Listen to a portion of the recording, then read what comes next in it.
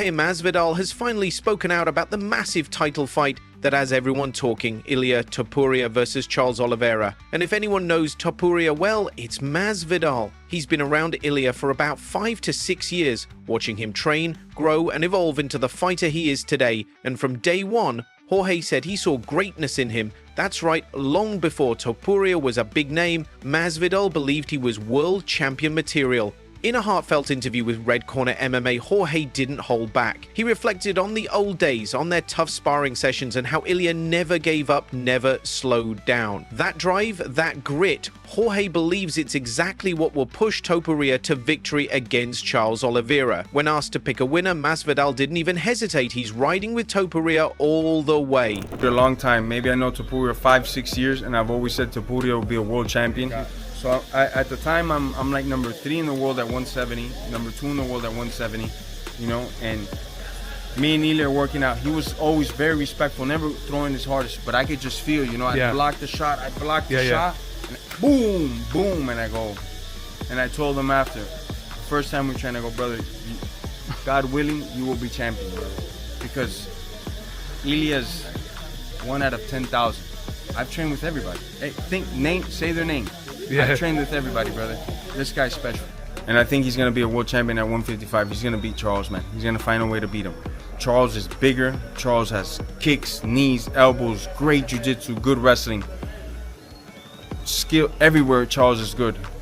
But Ilia is just different, brother. This guy's special. And then there's Ilia himself. People have been whispering, is Jon Jones avoiding Tom Aspinall? Is the UFC heavyweight king scared of the rising star? Well, Ilia Topuria isn't buying it. When he sat down with Ariel Helwani on his popular MMA show, the question came up, is Jones ducking Aspinall? The way some say Islam Makhachev has been dodging Ilia. But Topuria shook his head. He said the situations are not the same at all. In his eyes, Jon Jones isn't afraid, he isn't hiding, he's just done, tired, ready to walk away from MMA after achieving everything there is. Ilia doesn't think it's about fear, he believes it's about peace. Jon has nothing left to prove, and retirement might just be his way of closing the chapter on his terms. Aspinall, and I said I feel there's some similarities between you and Islam, where one guy doesn't want to fight the other, you understand? When you see it, you see it? Not at all. No? Not at all. Tell me. You can't even compare that situation. You can't compare like Jon Jones with Islam, you know what I mean? Jon has done so many great things in the sport. He fought the best of the best in the last 10 years. So I don't think he's ducking anyone. You know, he just wants to retire. He's tired maybe of the game or whatever, and he wants to retire. I don't think he's ducking in anyone, because you can find a guy always that, no, he's the next one, he's the next one, he's the next one. Even if he beats Tom Aspinall, there's gonna be someone new, so. But not everyone agrees. Brendan Schaub, never shy with his opinions, gave his take on the Thick Boy podcast. And let's just say he's not convinced. According to Brendan, this retirement talk feels more like a smokescreen. He suspects that Jones isn't actually calling it quits, he's just buying time. Brendan's theory: Jones is stepping back temporarily to escape all the heat he's been catching. Legal trouble, backlash from fans holding up the division, it's a lot. So instead of facing it head on, Brendan thinks John's putting on the I'm retired act. But here's the kicker. Brendan believes Jones will be back. Once he clears up his legal mess, he'll lace up the gloves again. And when he does, Brendan is convinced we'll finally see the dream match: Jon Jones versus Tom Aspinall. Jon Jones has decided to retire, and now Tom Aspinall is the undisputed heavyweight champion. I didn't take this as, oh my God, it's over. I thought, oh, we're still going to get the fight, but it's just going to be a little longer. And now John's not going to get the backlash for holding up the division. So in John's eyes, and he's been through this how many times now? In John's eyes, it's like, all right, let's wait for this court stuff to figure itself out. And then Tom's going to fight, knowing Tom maybe twice before he fights Jon. And that just lets Jon download more information on Tom. I do think we still get Tom and Jon. You know, this MMA fan base, the one way to get some support back, there's only one way, and it's by fighting. I would be willing to bet that before this year's over, you get announced Tom versus Jon. Still, even after all this malarkey, that still happened. While some are hopeful, others are fed up. Ariel Helwani, known for calling it like he sees it, didn't hold back on his show.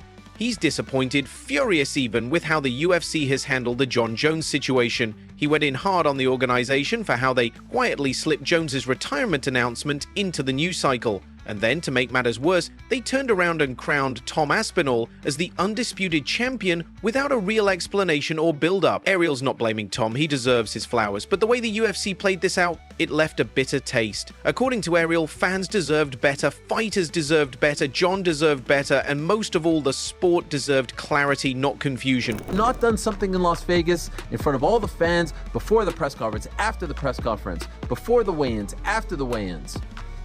In the middle of the card on Saturday, before the fight, after the fight, presenting Tom with the belt, saying, you are the man, this is the glamour division, you are the baddest man on the planet, you're the heavyweight champion, you've done it all right, everything we've asked of you.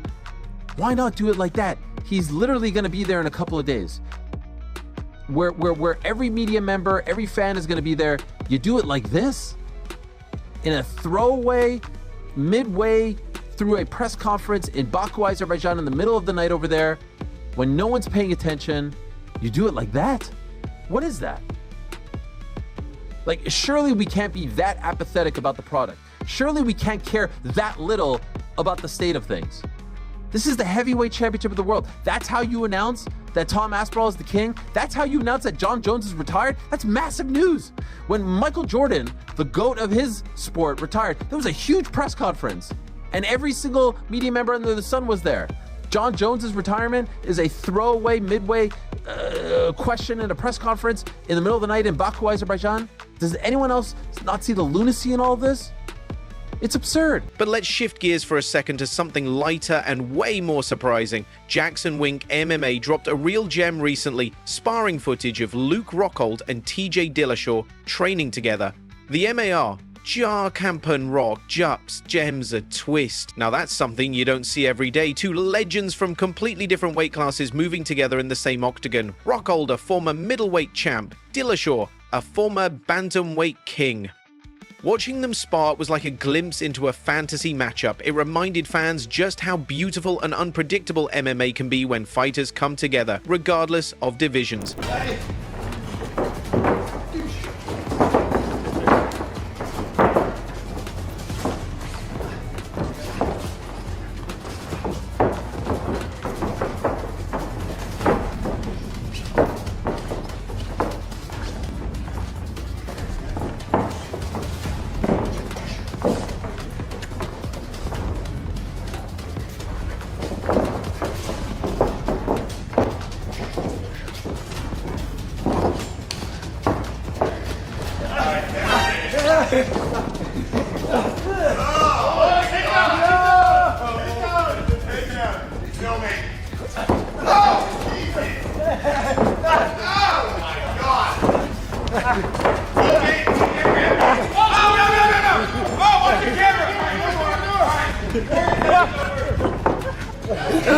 Let's go taking liberties.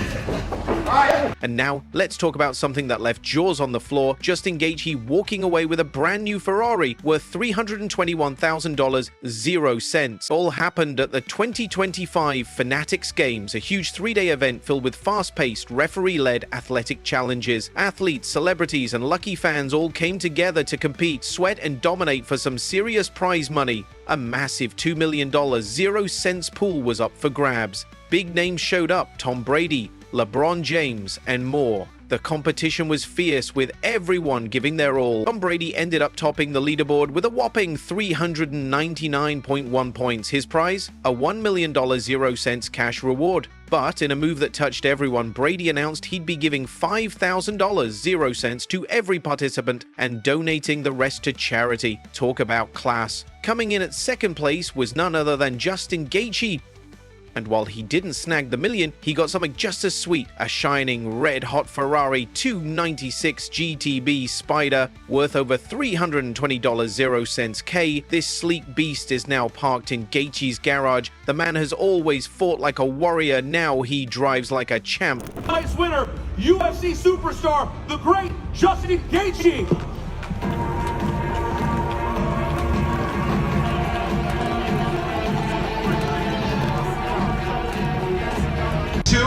For this guy, and he called and said, I'm not coming if you're not in the games. Hey, this is crazy. I was not in this a few days ago. Thank you for getting me in. Now I get to drive this sexy ass car out of here. This is crazy. Hey, Dana, what do you think about this? I mean, Yeah, I do. Listen, these guys are incredible athletes, and this guy does backflips off the top of the cage, so I knew he was going to do well. Justin, what's always been your best sport besides fighting? Football, baseball. Yep. Football was my favorite by far. I'm lucky I was not any bigger because I would have tried to pursue that. So I'm lucky I'm small. Well, let's get to it. Incredible job. Give it up for Justin Gaethje one more time. hold on, Peter. We need a little intermission. Yeah. And just when you thought the excitement was over, here comes a middleweight matchup that's got fans buzzing across the globe. Caio Borralho, the Brazilian phenom, is finally getting the fight he's been calling for. On Saturday, September 6th, the UFC will land in Paris at the Accor Arena, and in the main event, it'll be Borralho versus Nassourdine Imavov, a fight that's been in the making for months. Both fighters had their eyes on each other for a while, but Imavov had initially accepted a backup role for the title bout between Dricus du Plessis and Khamzat Chimaev in August. At first, at the time, it seemed like a smart move, stay ready in case either man pulled out, but then Imavov made a bold decision. Instead of waiting in the wings, he chose to take control of his destiny. He backed out of the backup role and accepted the Paris main event against Borralho. That's the kind of mindset fans love, hungry, fearless, and always ready. Imavov is riding high right now. He's on a 5-fight unbeaten streak, and his last win, a jaw-dropping knockout of former middleweight champ Israel Adesanya back in February. That win shook the MMA world, but Borralho isn't coming in quietly either. He's undefeated in the UFC with a clean 7-0 record, and we're not talking easy wins. He's beaten tough names like Jared Cannonier, Paul Craig, and Abbas Magomadov. He trains with the Fighting Nerds crew, and trust us, they know their stuff. This fight is going to be fireworks. Two elite middleweights, both in their prime, colliding in one of the most beautiful cities in the world. Paris better be ready, because the octagon is coming. So now it's your turn. Who do you think walks out with the win? Is it Imavov with his unstoppable streak and knockout power? Or will Borralho keep his perfect record alive and rise as the next big threat at 185? Drop your thoughts in the comments, and let's talk.